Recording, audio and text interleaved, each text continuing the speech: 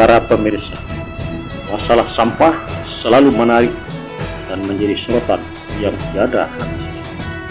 Usaha penanganan terus dilakukan, mulai dari pemikiran dan membentuk serta mengembangkan adanya duta sampah di Kabupaten Kerinci. Kalau TV mencoba menguak soal sampah dalam wawancara dengan Askar Jaya, Kepala Lingkungan Hidup Kabupaten Kerinci, 26 Mei 2023 di kantor LH Kabupaten Kerinci. Berikut kesimpulannya.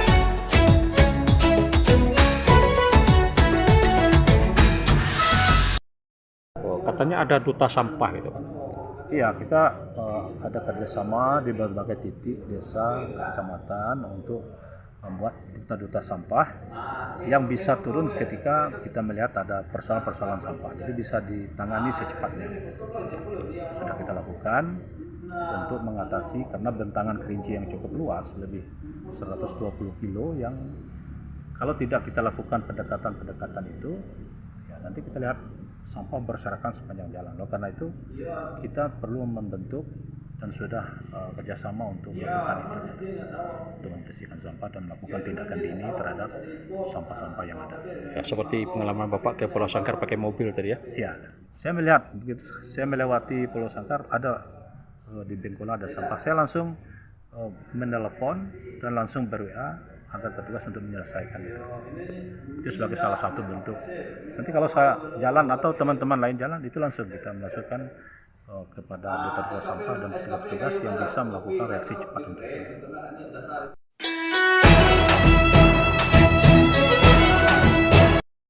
Memang masih terbatas, ya. Namun keterbatasan itu bisa kita tutupi dari berbagai langkah-langkah. Kita bisa kerjasama, bisa berkontrak, dan kita juga bisa melakukan inovasi lain untuk menutupi kekurangan sarana prasarana. Kemudian saat ini juga kita menghadapi kekurangan anggarannya terbatas. Nanti kita berharap dari tim anggaran pemerintah daerah itu akan memberi kebijakan bagaimana solusinya untuk penyediaan anggaran 6 bulan ke depan. Kalau anggaran kita butuh berapa kira-kira Pak? Kalau untuk operasional buruh dan anggaran itu kita butuh 300 juta lebih kurang per bulan. Jadi untuk mengoperasikan semua 18 kecamatan, 10 pasar, ya kita membutuhkan anggaran yang minimal gitu ya, minimal dengan melakukan berbagai efisiensi dengan anggaran yang ditetapkan. Kemudian masalah mobilnya, apakah sudah cukup atau berapa jumlah mobil yang dibutuhkan? Ya, kalau kita mau ideal minimalnya satu kecamatan itu satu, kalau kita mau ideal. Jadi kalau 18 kecamatan, 18 armada. Tapi itu karena belum tersedia, kita baru tersedia 15 armada. Apalagi armada yang kita miliki ini sudah berusia tua. Jadi kondisinya ada yang rusak. Kemudian kerusakan itu akan harus ditutupi oleh armada-armada lain. Jadi memang kalau dilihat dari jumlahnya itu memang masih terbatas. Namun itu tidak menjadikan kita sebagai alasan kita untuk tidak melakukan pelayanan yang optimal. Kita bisa menutupi dengan kerjasama yang lain. Kita bisa melakukan inovasi-inovasi untuk menutupi kekurangan sarana prasarana itu. Kemudian untuk pengangkutan Pak, dalam seminggu atau sebulan itu berapa kali diambil ke tempat TPA untuk dibawa ke tempat airnya? Ya. Jadi pengangkutan itu relatif dia ya, karena ada sebagian titik yang on time setiap hari, kemudian ada juga yang beberapa hari, tiga hari sekali, jadi tergantung daripada tingkat volume. Jadi tidak bisa kita pukul rata untuk tiap titik.